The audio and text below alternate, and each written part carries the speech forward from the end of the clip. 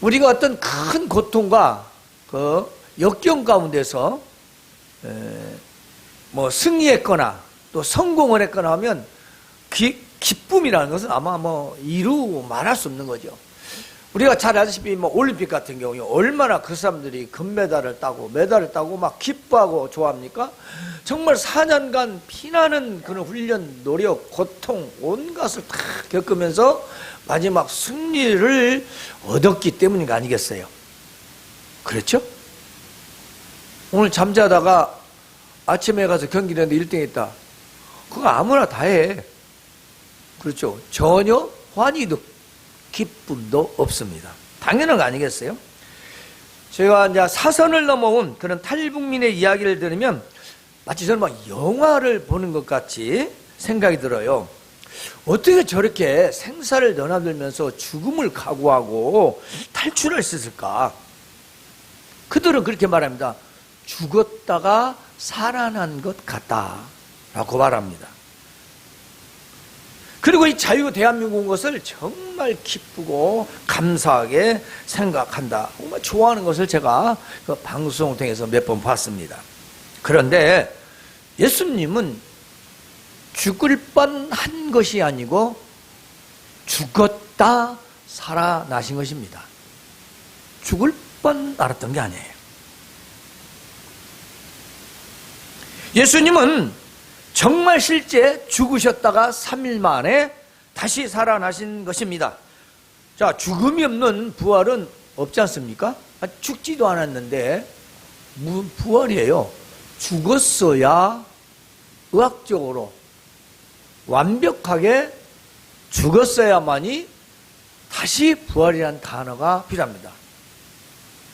사실 이 부활은 성경 신약 성경에서는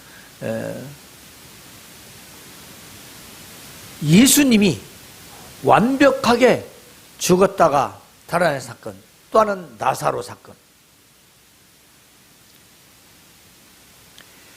그런데 바로 이와 같이 예수님의 죽음이 있었기 때문에 우리는 부활이 확실하다라는 것입니다. 자, 예수님은 어떤 부활이실까요? 단순히 그냥 죽으신 부활이 아닙니다. 예수님은 성경대로 오셨고 사셨고 성경대로 죽으셨다가 성경대로 사흘 만에 다시 살아나셨습니다. 그래서 가장 먼저 누구? 게바. 게바가 누구죠? 케바인가? 케이스바, 케바? 그런 용어가 아니죠. 게바가 아니라 그렇습니다. 베드로입니다. 베드로에게 가장 먼저 보이시고, 그리고 그 12제자에게, 그리고 500여 명이나 되는 그런 형제들에게 일시에 보이셨다는 것입니다.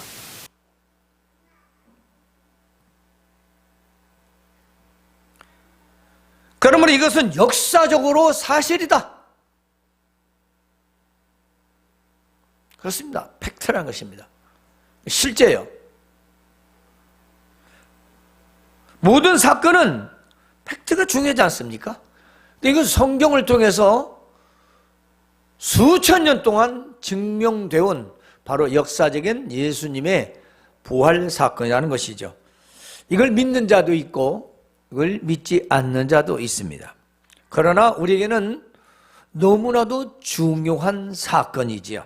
자, 먼저 우리 십자가의 의미를 보면요, 십자가 형벌은 가장 흉악한 죄인에 대한 아주 무서운 형벌 중에 하나입니다.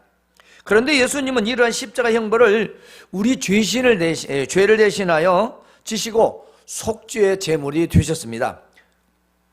그러면 예수님은 과연 무슨 죄를 지었기에 그 십자가 형벌을 받아야 했을까요?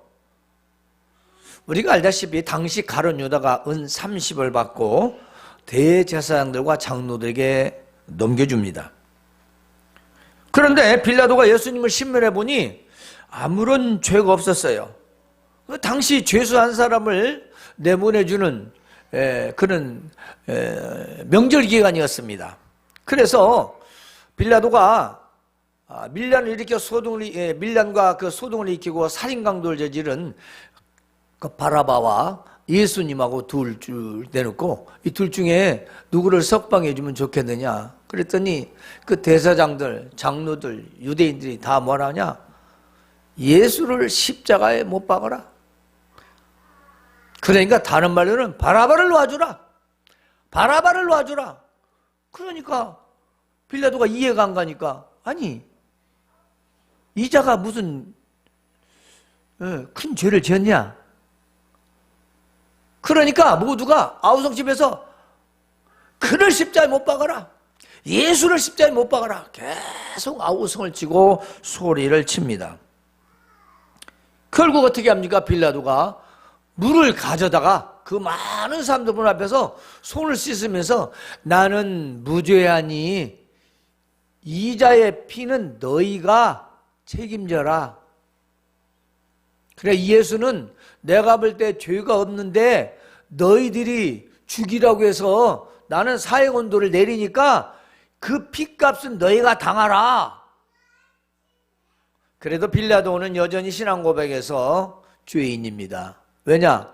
그는 사형온도를 내린 사람이요, 무죄인 줄 알면서 그 밀란이 두려워, 자기 자리가 두려워 예수님을 내어준 잘못이지요. 결국 예수님은 골고다 언덕에서 십자가를 지시고 죽으셨습니다. 그리고 3일 만에 부활하셨습니다. 십자가의 의미 뭐예요? 죄 없이 죽으신 것입니다. 죄가 있어 죽은 것이 아니라 그 사형을 언도하던 빌라도마저도 죄 없다 했습니다. 죄 없는 자를 판결해서 죄 없는 사람을, 죄 없는 예수님을 죄가 가득한 자들이 죽였다라는 사건이죠. 그게 십자가의 의미입니다. 왜? 저와 여러분의 죄 때문에 그렇습니다. 우리가 부활주일을 맞이해서 이 사실을 기억합니다. 그래야만이 예수님의 그 죽으심과 부활이 연결이 되는 거죠. 어느 날 갑자기 뿅 하고 예수님이 살아나신 사건이 아니라는 것입니다. 그래서 우리가 부활을 생각해 보면 무엇일까요? 부활은 죽음이 있어야 성립되는 말입니다. 죽음이 없이는 부활이란 단어는 성립되지 않습니다. 즉 부활이란 사람이 완전 사망하고 또 그 사망이 확인되고 그리고 도저히 의학적으로 다시 살아날 수 없는 상태에서 다시 살아난 걸 말합니다. 바로 죽은 나사로 나흘 만에 썩어서 죽은 것을 예수님이 살리신 것과, 예수님은 자신이 죽었는데 그리고 무덤에 묻혔는데 다시 살아난 것입니다.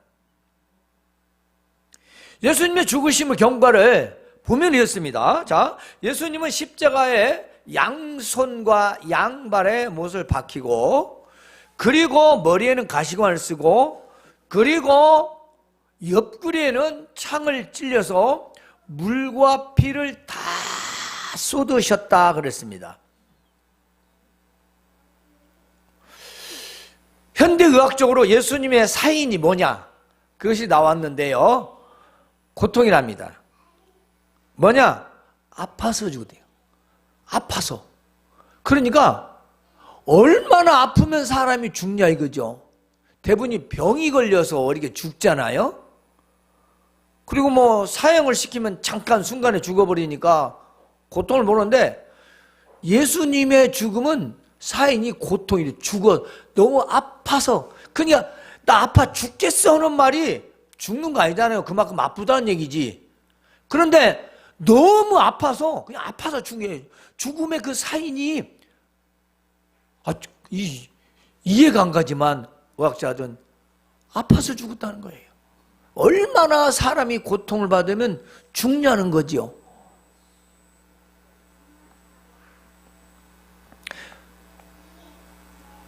그런데 어떻게 무덤에서 3일 만에 살아날 수 있을까요? 그렇죠. 빌라도가 말입니다. 그 아리마대 요셉 부자가 예수님을 내놓으라고 하니까 죽었냐고 빌라도가 확인해 보라고 해요. 그게 죽은 지 오래됐다고 합니다. 죽은 지 오래됐다고. 빌라도도 확인하고 백부장도 확인하고 병사들도 확인하고 다 확인했어. 그런데 예수님은 살아나셨습니다. 물론 하나님께서 그를 살리셨습니다. 이것은 왜 그럴까요? 한 사람 아담이 지은 죄로 말미암아 우리 영원히 죽음과 사망과 지옥을 향하여야 되는데, 바로 그 한 사람인 예수님이 대신하여 죄의 문제를 해결하셨다는 것입니다. 그러나 이 죄의 문제는 죽음으로서의 해결이 아닙니다. 여러분, 딱 죽고 끝나면 무슨 소용이 있어요? 아무 쓸모 없습니다. 여러분, 아무리 유명인도 현미 권사님, 그분 85세인데 전날 저녁에 대구에 가서 공연하고 그러고 왔는데 그날 저녁 소천하셨잖아요. 그죠?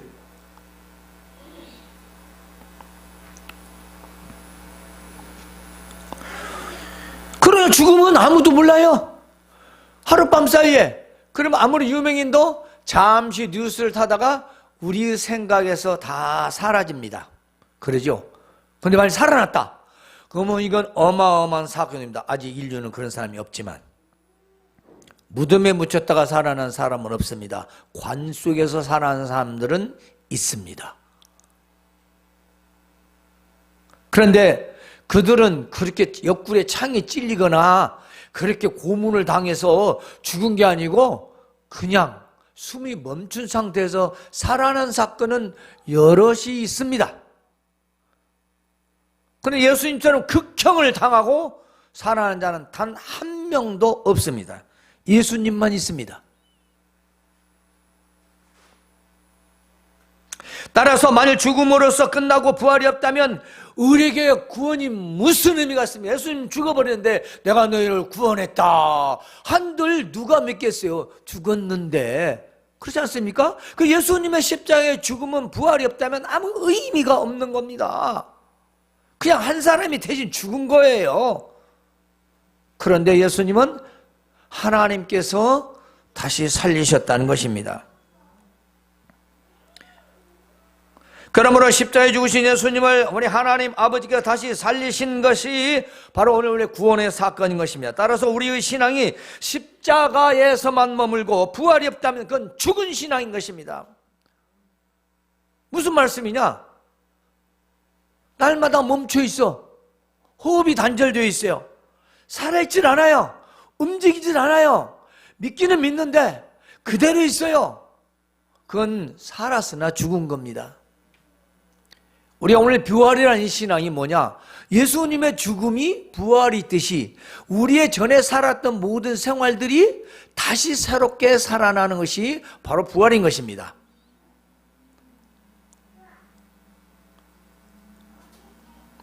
바울 사도는 예수님 부활에 대하여 이렇게 전하고 있습니다. 고린도 교회 성도들에게 너희 중에 그리스도의 부활을 부인하는 자들이 있다. 만일 죽은 자의 부활이 없다면 그리스도께서 다시 살아날 필요가 없다. 그리고 그리스도께서 죽은 자 가운데서 다시 살아나지 못했으면 우리가 전파하는 것도 뛰고 우리가 믿는 것도 것이고, 왜냐? 우리는 하나님의 거짓 증인이 되기 때문이다. 우리가 다 뻥치는 사람들인 거예요. 다 가짜가 되는 거죠. 거짓말쟁이가 되는 거예요. 예수님 부활이 없다면.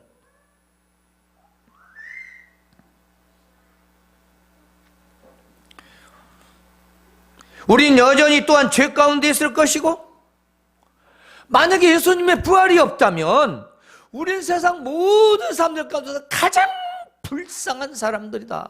그렇죠. 세상에 우리같이 먹기를 잘려, 잘 쓰기를요, 호의호식을 누려, 부경화를 누리지도 못하면서 참으면 등신소리 듣고 대들면 믿는 것들하고 요거도 먹고 그러면서 살아가는데 그러잖아요.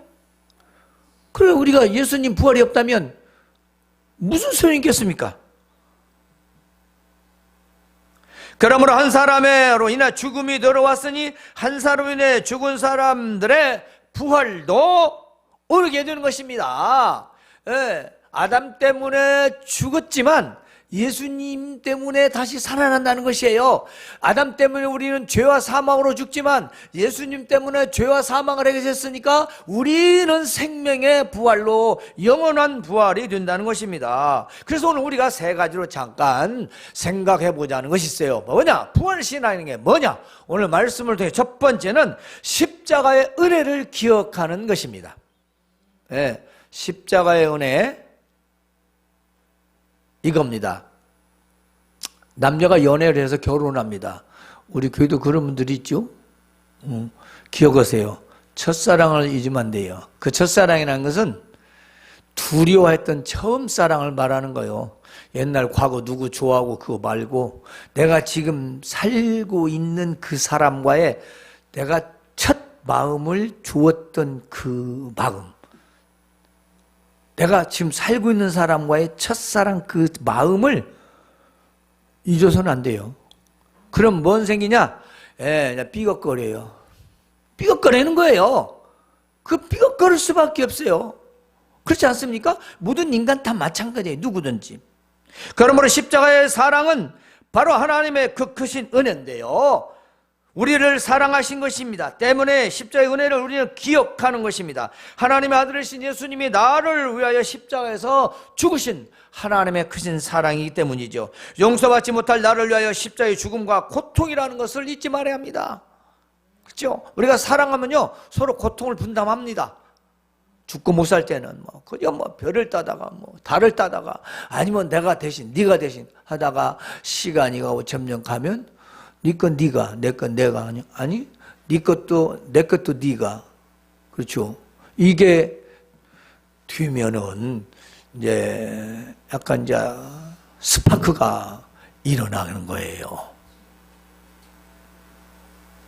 즉 예수님께서 십자가에서 내 대신 죽으신 것을 우리는 바로 은혜의 신앙이라고 합니다. 즉 은혜의 신앙, 십자가의 은혜를 기억하는 것이 바로 부활의 신앙. 첫 번째. 두 번째는요, 구원의 기쁨으로 사는 신앙입니다. 자, 이 사망에서 생명으로, 영벌에서 영생으로, 지옥에서 천국으로 옮겨진 우리입니다. 그렇습니다. 우리 구원의 기쁨은요 이런 거지요. 우리가 지금 죽는데 다시 살아나는 겁니다. 이걸 참 설명하기도 어렵지만 본인이 아니면 몰라요. 자기가 정말 죽을 뻔한 어떤 고통을 받아서 해야 아는데 몰라요. 저는 내가 안다고 했잖아. 사망 선고를 받았다가 사형 선고가 아니고 사망 선고를 예수병원에서 은혜로 살아서 지금 이렇게 목표를 하고 있잖아요. 하나님 은혜로. 근데 사실 나는 그때는 죽을 건지 안 죽을 건지 그런 생각 안 했어요. 해본 적도 없고. 하나님 알아서 하시겠지. 지금보다는 훨씬 믿음이 좋았던 것 같아요. 불평도 안 하고 불만도 안 하고. 그런데 십자가의 고난과 죽음을 나의 사건으로 받아들이고 회개와 용서를 받은 자의 기쁨. 또 하나는 감옥을 갔습니다. 감옥을 가서 지금 사형 선고를 받아야 돼요. 그런데 사형을 당해야 되는데 죄를 용서받습니다. 석방이 됩니다. 그 사람 기쁨이 얼마나 클까요? 그렇죠. 여러분 오랜 동안 재판하다가 무죄를 받은 자의 마음을 한번 여러분들이 뉴스를 통해 봤을 거예요. 아마 그냥 기뻐 뛰며 세상에 날아갈 듯 헐헐 날개를 단 것 같이. 뉴스에 나오잖아요. 오랜 동안 감옥에 살다가 무죄로 밝혀지는. 그건 고생을 하다가. 그 사람의 기쁨을 어디에다 비교하겠습니까마는 우리와. 그러나 그것보다 더 큰 기쁨이 뭐겠어요? 바로 우리는 지옥 형벌에서 천국으로 간다는 그 구원의 기쁨. 바로 그 구원의 기쁨으로 살아가는 것이 부활의 신앙이에요. 부활의 신앙은 저 죽음에서 머무는 게 아니에요. 과거에서 머무는 게 아니에요. 현재로 진행하는 겁니다. 나가는 겁니다. 바로 그것이 부활의 신앙인 것입니다. 마지막 세 번째는요, 부활의 이 감사를 기억하는 신앙인 것입니다. 만일 부활이 없다면 우리는 세상에서 여전히 불쌍한 자들입니다.